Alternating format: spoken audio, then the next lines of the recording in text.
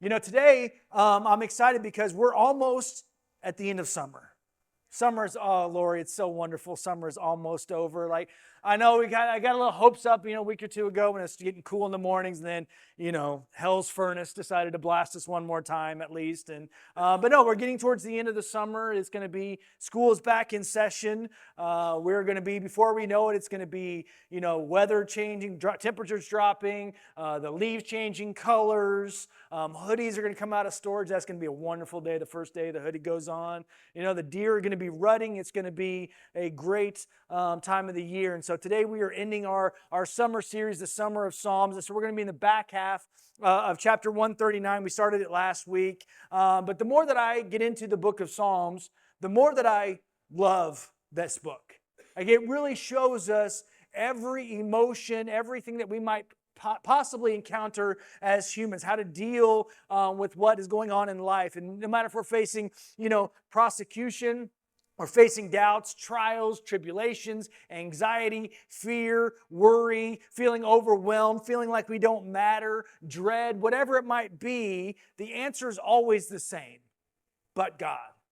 God, I'm scared, I'm fearful, but God, you are with me. God, I'm going through it right now. I'm going through a hard time, but God, I know that you are here for me and you hear my calls for prayer. God, I really don't feel like I'm making a difference. I don't feel like I matter. I don't feel like I'm important, but God, I know what your word says about me. And these last 12 verses of Psalm 139, they're truly some of the most beautiful verses that we read in all of Scripture. When I tuck my kids in at night, I go into Maddox's room first. We have a routine. I go into Maddox's room and, I'm, hugs and kisses. After we've, said our prayers and stuff like that. And I, I give Maddox a hug and I tell him, you know what? I'm proud of you, son. I love you, son. You are strong. You can do strong things. I am glad I am your dad. And you're my favorite. Don't tell your sister. Then we yell out, switch, because Katie's been in, Arrow's room, and I go into Arrow's room, and I do the same thing. I crawl in on her bed, and I give her a hug, and I say, you know what? I'm proud of you. You are the best big sister. You are kind. You are beautiful. You are a world changer. You can do hard things as well. And you are my favorite. Don't tell your brother. Now, one of them at this point, they either lick my face or rip a toot and start laughing. And the other one says, I love you too, Daddy. So one of that last line might be true for one of them. But the point is that I'm trying to implement into them a DNA, an identity of who they are. They are my kids.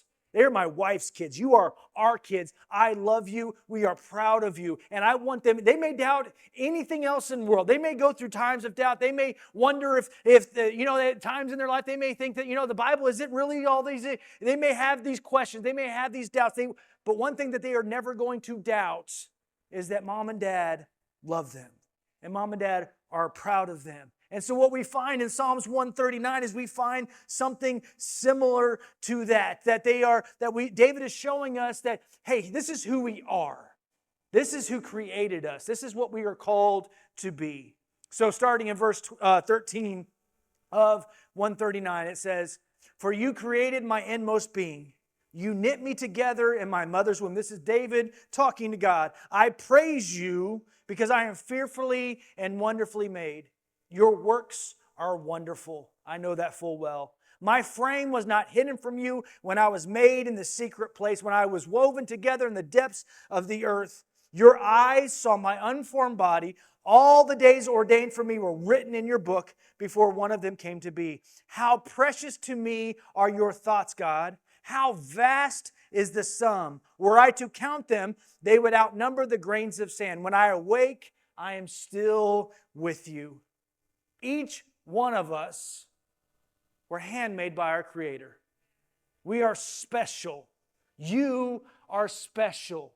The same God who created the most beautiful mountain ranges, created the most beautiful beaches, created sunsets in Kansas. And I know, listen, don't sleep on a sunrise over a wheat field in Kansas. It takes a back seat to basically no one when it comes to beauty. the most beautiful colors, the most beautiful flowers and landscapes and animals. That same Creator that made them also made you by hand. Not only did He make you, but in Ephesians chapter 2, verse 10, know what He says that you are? He says that you and me, we are His masterpiece. The God that made the coolest animals, the most beautiful mountains, the most beautiful beaches says, I, Jonathan Presley, am His masterpiece. You and I, we are God's masterpieces. Of everything He created, we are His masterpiece. And I'm going to keep saying masterpiece until you're sick of hearing masterpiece, because I wanted to get down into your brain, into your heart, into your soul, that you are important, that you are His masterpiece, because a lot of people, they struggle with this. We struggle with this because we have dealt with people in our lives that tried to attach a nickname to you, tried to attach an identity other than what you were created to be, and you identify more with that than you identify with God's masterpiece. And we have to change our mindset when it comes to this. The world has told you over the course of your life that how much value you have or how little value you have. They tried to tell you you were this or you were that, and we believe that more than we believe God's word when it says you are His masterpiece. We were hand created on purpose with a purpose by the Creator of the universe. You have value. You have purpose. You are His masterpiece. Yet so many people, we see ourselves as junk. We see ourselves as unworthy. We see ourselves as a mistake.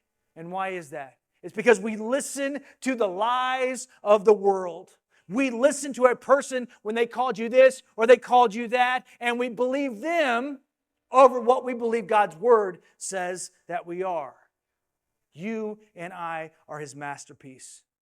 The other day, from time to time, I have been known to do dumb stuff.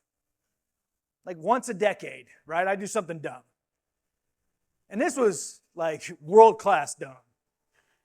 And in the moments that followed that, I am now, not only did I do something dumb, like now I'm mad at myself for doing something dumb. And I am giving myself the business. You are the dumbest boy who ever lived.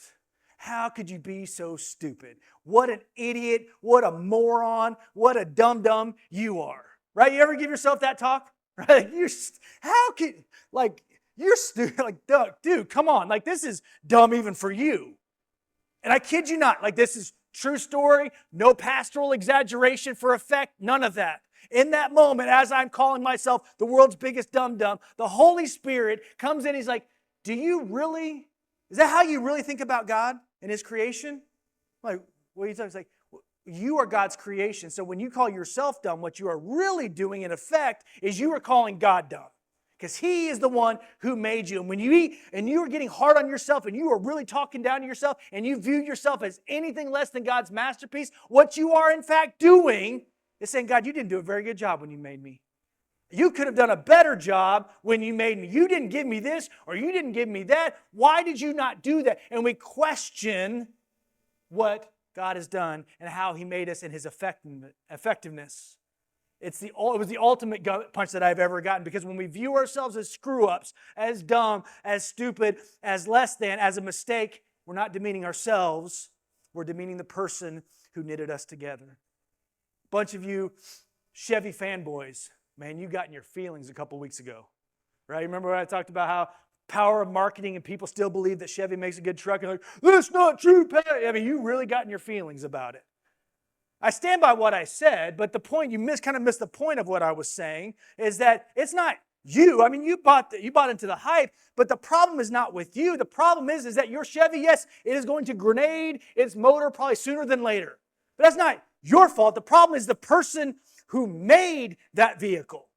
They're the ones that are at fault. They didn't make a quality product. And so it's the same thing, is that when we talk about how dumb we are, we're not talking about us. We're really ultimately talking about, God, you didn't do a very good job when you made me. You made a mistake. You didn't do your best work. You kind of phoned it in on this one. But you and I were created on purpose with a purpose. There has never been anyone like you in the history of the universe. We saw it last week when God says that you and I, we are His treasured possession. God tells us more, God loves us more than we will ever understand or know. He is also so in love with us that David says that He thinks about us more than there are grains of sand. We came back from Florida a few weeks ago. We brought with us 176 trillion grains of sand. Right? It was everywhere. Everywhere. We're still finding sand. You ever go to the beach? And guess what? When we left the beach with that 176 trillion grains of sand, there was still a whole lot of sand left on our beach. Right? David says that is how often God thinks about us. That is almost or slightly more than my obsessed wife thinks about me. Some of you that are new, ask the person next to you. They'll explain to you how obsessed my wife is with me. We can get real for a second. I believe that this pulpit is for the gospel of Jesus. It's not for the gospel of Republicans. It's not the gospel of Democrats, but I'm going to get political for a minute. When we read verses like this, that I am fearfully and wonderfully made, that God knit me together in my mother's womb, my question is how, if we truly believe that, as followers of Jesus, who says that Jesus died on a cross, rose from the grave, forgave us of our sins, how can we turn around and be pro-choice?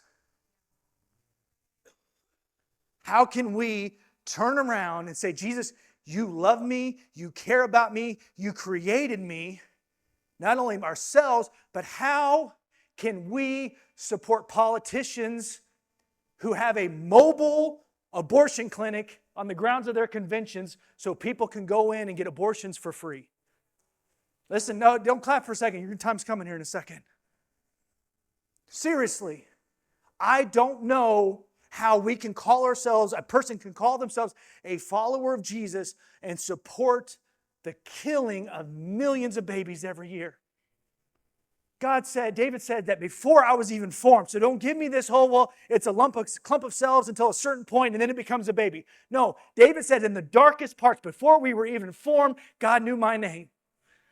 You and I have value to God. We are special to God. He created you on purpose.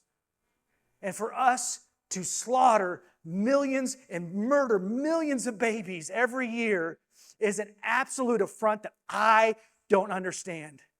Listen, don't get me wrong. There's a lot of things that I care about. I want to retire one day. I care about my 401k. I want it to do good, right?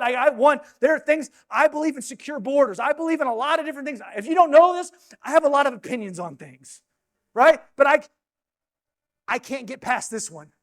It's the same thing when it comes to transgender. God made me a boy. He made my wife a girl. And if I turn around and say, God, I am a woman, what I am truly saying is, once again, God, you made a mistake when you made me. And I can't figure out how anybody can read the Word of God and come to that conclusion, that it's okay.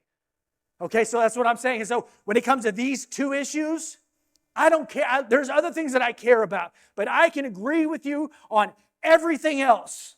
But if you think that killing a baby is okay, or if you think that it's okay to transition a child, I will sacrifice my 401k for that.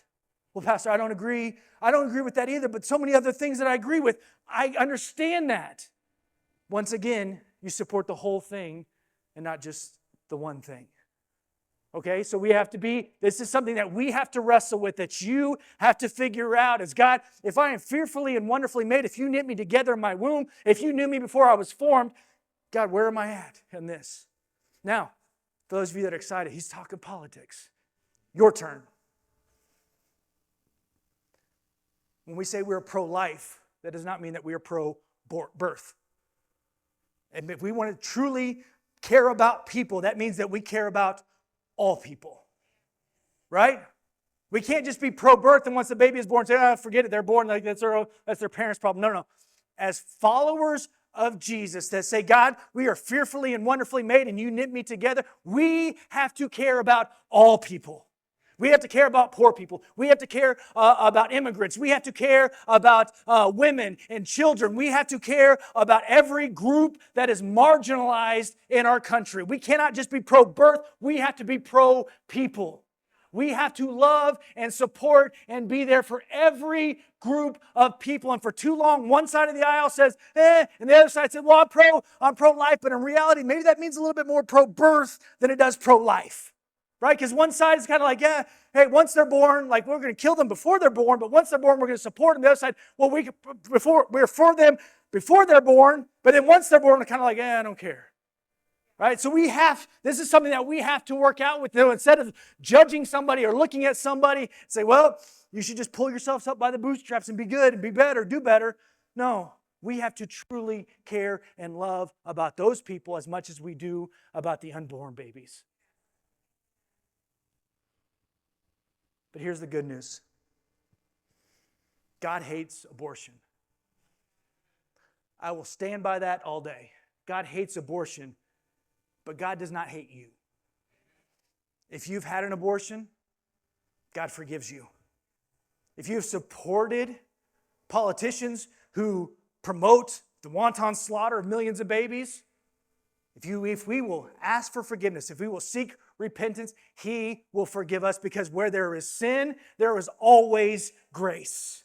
He will always, nothing that we can ever do will cause God to no longer care about us. Like, you know what, you're too far gone, I'm not going to forgive you this time.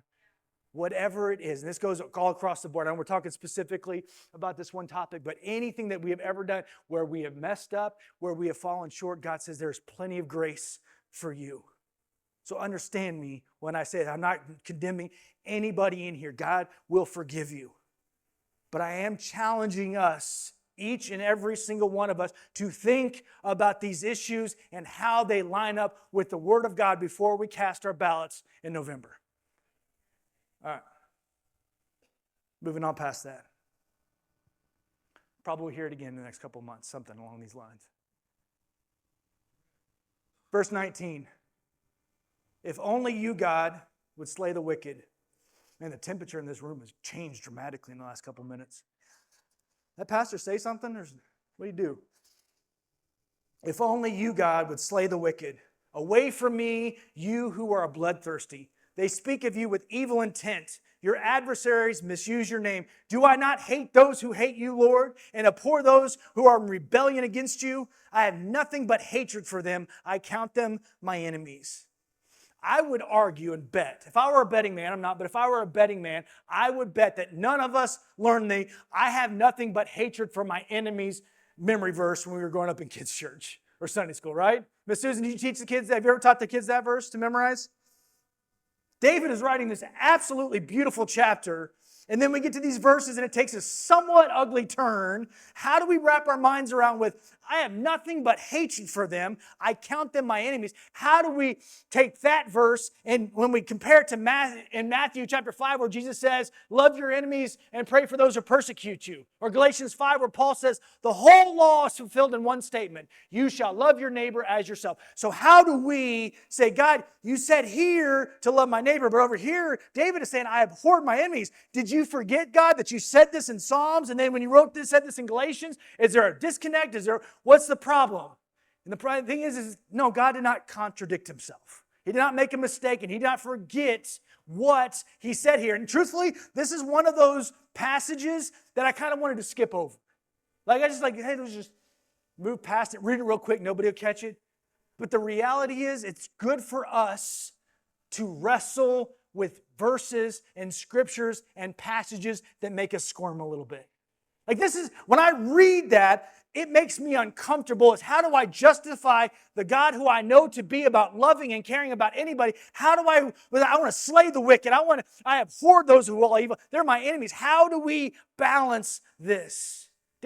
He's spending this chapter and he's praising God for everything that God has done for him. He is reflecting on all the times that God has come through for him. God has loved him. God has taken care of him. All these things. And David becomes overwhelmed with how good God is. You ever do that when you're praying and all of a sudden you're just like going? Next thing you know, you've been praying for a while. I did that one time with Era. When she was a baby. Like I'm praying for her as I'm giving her a bottle. And like, and so Katie's at work. Maddox is not even born yet. And I'm praying.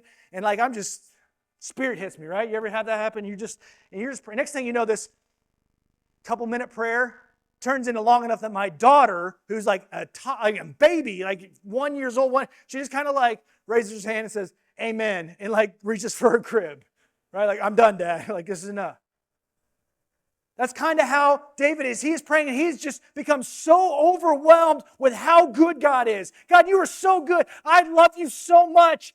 His own personal humanness starts to come through. He's like, God, I love you so much, and I hate those people who hate you. I hate those people who defame you. I hate those people who are blasphemous to me. They are your enemies, so guess what, God? They are my enemies as well. Now, here in a couple of verses, we see a little bit of a correction, but we're going to get there in a minute. So David is praying this, and how do I, it's hard to live a holy, called, set-apart life in 2024. It's hard to be different from the world. Not only is it hard to be different, but then when we are trying to be different, it's received with hostility and anger back towards us. And so David is dealing with this as well, and he responds with anger of his own. Now, there's a couple of things that we can learn through this. We're going to go through them real quickly. There's 5 of them. Number 1, God is holy. How do we justify a passage like this? Number 1, God is holy. God is opposed to every kind of evil and sinful behavior. All right? God absolutely loves sinners, but because He is holy, God sends sinners to hell and not sin. All right? It's because God is holy. That is what makes the gospel so wonderful, is that all of us deserve death, but through Jesus, we are given grace. But that doesn't change the fact that God is a holy God. So that's the first thing to keep in mind. Number 1, God is holy. The second thing is David is a person who is directly appointed by God to lead Israel, okay? I said this before when we talked about David and Goliath in the spring. Me and you, we are not David, okay? We do not have a divine commission directly from God to cleanse Israel of all the wickedness and the world around him of it as well. We are not in the same category of responsibility that David has. All right, so understand, like when David says this, he is saying this from his calling is different than our calling. We do not have the same mandate from God as David does. So he is saying this in a completely different context. Number 3, this is not personal for David. He doesn't say, God, they hate me and they hate you, so I hate them. No, he says, God, they hate you, so I don't like them. I am for you and I am against them. They're going to defame you. They're going to blaspheme you. I don't want anything to do with us. David is fired up about God's glory being defamed and not his own. He is concerned with their blasphemy that is happening towards God and not himself. And a lot of times, we get into our own feelings, and that holy, righteous anger that we feel, it's actually because somebody disrespected us, and we took it personal. We're not really as concerned maybe about God's glory or God's reputation as we are about our own reputation. So his heart is in the right places. He's not worried about himself. He is worried about God. That is where his righteous anger comes from. Number 4, as God's people, we cannot be neutral about sin. Psalms 97 says, hate evil, not evil people, hate evil, you who love the world. Romans chapter 12, hate evil, those of you who love the Lord. Romans chapter 12, abhor what is evil, cling to what is good. As followers of Jesus, we cannot just sit back and allow evil to be called good and good to be called evil. We have to stand firm in the face of wickedness and not bow down to what the world calls good. Evil defames God. It destroys life. It condemns people to an eternity in hell. So we learn from this passage that we need to stand firm in what we believe in God's Word. We do not call evil good or good evil. And now finally, number 5, the most important, how do we justify this? How do we read this and read Matthew 5? And how do we make this passage, it's unique, and it is not a command for us as godly people how we should treat sinful people and wickedness in the world. This was a king, an appointed king in a unique context. This is not a command to hate those who are evil. Matthew chapter 5, Galatians chapter 5, where it says, love your neighbor, pray for those who persecute you, for all the laws fulfilled in this, those who love their neighbors as themselves. Those are commands. That is what we are commanded to do. We are commanded to love our neighbors, love people. That is what our command is. There is 0 commands in all of the Bible for us to hate our enemies. I don't want anybody to leave as a pastor. He said I could hate that person. No. The Bible says there are no commands. There are 0 commands for us to hate anyone. And finally, we see David gets his passion. He's 4 verses of it takes a detour, takes a U-turn basically from where he's going. And it's almost as if as he's saying this, God convicts him a little bit of it. Verses 23 and 24. Search me, God, know my heart. Test me and know my anxious thoughts. See if there is any offensive way in me and lead me in the way of everlasting. David's he's all over the place. God, I'm so blown away by you. You're wonderful. I am important to you. I'm your most valued treasure. You knit me together in my womb. I hate those people. Now it's back on me, God. Right? He's kind of all over the place. David has this zeal for God. And previous verses we just read, he's that zeal is going outward. And then it's almost as if he gets convicted a little bit and he turns that focus back on himself. It's almost like God says, David, do you know who you are? You know how many times you messed up? You know how many times you have fallen short of the standards that I have set for you? And David's oh yeah, that's a good point. So, all right, God, this is what instead of me worrying about what's happening in the world, what's happening around me, I'm now going to stay focused on what I'm doing. So, God, search me, know my heart. If there is anything offensive in my life, show it to me because I want to change that. God's holiness should not only change the hearts of the world, it should start changing your own heart as well. David understands this and he allows his knowledge of God to convict him and realize it's easy to point fingers at the world. And look at those knuckleheads over there. Evil, sinful, wrong, terrible people. God's hey, there's some offensive things in your heart that I don't like, that if it were up to me, you'd get rid of. But we don't want to talk about that because that's easy for there. It's hard in our own hearts. It takes a person completely sold out to God to have the same attitude when it comes to the things of our own life. It is okay to be zealous for the things of God. It is a good thing to love holiness and to cling to holiness and try and to point out and to believe on those holy things. That is a good thing, that zeal to have that. It's also a good thing to have that same energy, that same effort when it comes to our own lives. God, search me, know me. If there's a shortcoming, I want to know about it so I can clean it up, get rid of it, and get back into the right relationship with you or get in a closer relationship with you. Worship team, if you guys will come on up. If we will pray this prayer, God, search me, know me, and if there's anything in my life that is offensive to you, point it out and allow me to receive that correction. It will lead to a life-changing relationship with our Heavenly Father. We will grow in Him. We will become stronger in Him. It will change everything. Because that is how leading a holy, God-honoring life begins at home in our own life. It takes great humility and honesty to pray that prayer.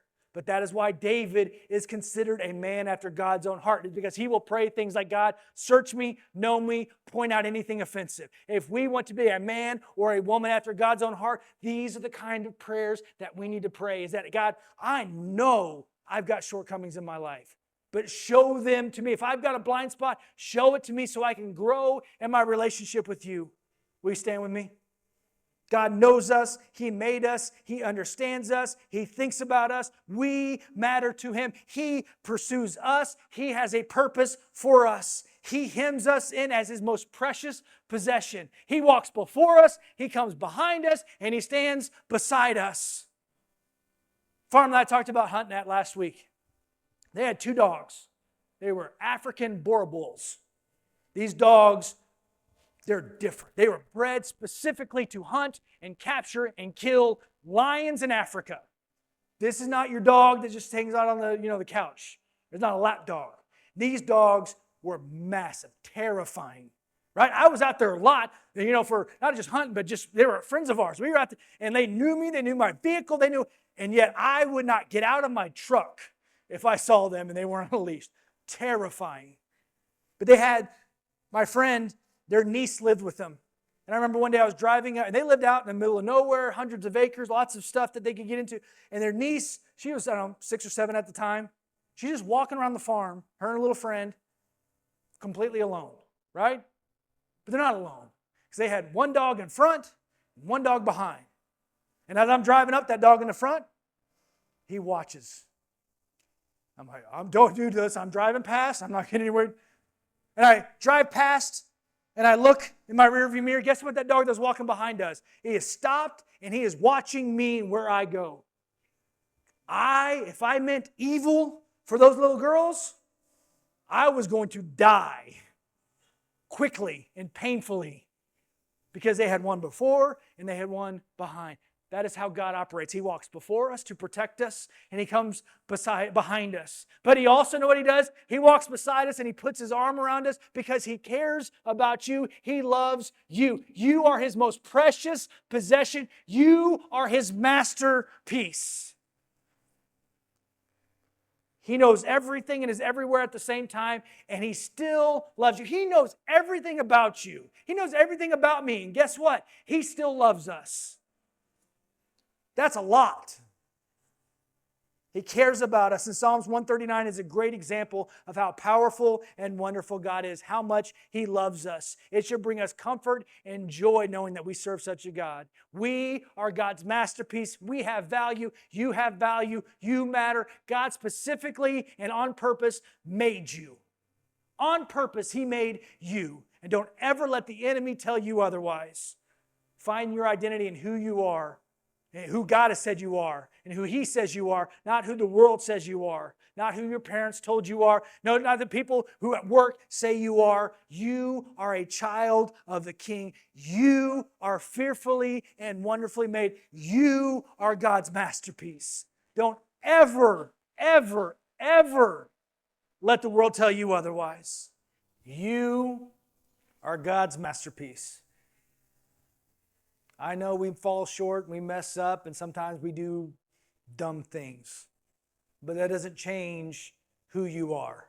That does not change your identity. And your identity is a child of God. He loves you. He cares about you. He created you. And nothing you do will ever change that. So do not listen to the labels or the names that the world may attach to you. Pay attention to the label that Jesus put on you. Redeemed, saved, worthy. Pay attention to the label that God put on you. Masterpiece. And hear me. We talked about some things that I normally don't like talking about. I'm not apologizing for saying anything that I said this morning, because I will debate you with Scripture. Like, we can have these discussions. All right? But I don't like getting into, because we talk about one issue, a sin issue, and it always turns political. And then when we get into the politics of things, it divides, it separates. When people get in their feelings, they take it personal. But understand this: whatever side of the political aisle you find yourself on, you are welcome here. I love you. I care about you. I still want to be your pastor. But if you're on one side, I would challenge you to spend some time praying about when it comes to the issue of abortion. Let God deal with your heart on that. The flip side is also true. If you find yourself on the other side, and you say, you know what, I'm pro-abortion, but I really don't. When it comes to these social programs listen, I'm not a welfare person. But there are times that people need help, and we need to be willing to help them. If we are pro-life, we are pro-all life. You can't love Jesus and have bad feelings in your heart about people that are a different color than you, or a different race than you, or a different gender than you. Come from a different you can't have bad feelings about them. Because Jesus cares about all of us. And if that's you, Once again, spend some time this week. You and God work that out. It's not between me and you and God to work it out. It's between you and God to work out. He is in control. I know it doesn't seem like it. I know listen, the best thing that I did this week is I deleted Twitter off my phone. Best thing that I've done in a long time. Because I don't have to think about or worry about or hear about all the garbage that's going on in the world. There's a few things that I miss about it, but guess what? I'm also not, oh my goodness, doomsday. Delete the news off your phone. Delete all this. Quit watching it, okay? Focus on what God says. Spend time in His Word, and don't ever forget that you are God's masterpiece. The best is yet to come for us. I am so excited to see where God takes us. If you are new here or newer here, welcome. I'm glad you came today. But also, I am glad that you came to be here today. We want to be your church. I want to be your pastor. Thank you so much for coming. We are honored to be a part, that you chose to worship with us. I love this church. I do. I love this church with everything that I got. And God, this week as I was praying, God said, I know you love the church, but do you love your city? And I'm like, yes, God, I love this town. He's like, then we need to talk about, not only do we love this church, but we love this town. We love the people in this town. And God, like I said earlier, I'm dumb enough to believe that God is going to use us to make an impact more than just inside the city limits of Windsor or in Pettis County or Henry County. He is going to use us to make it if we are willing to follow the calling that He has for us.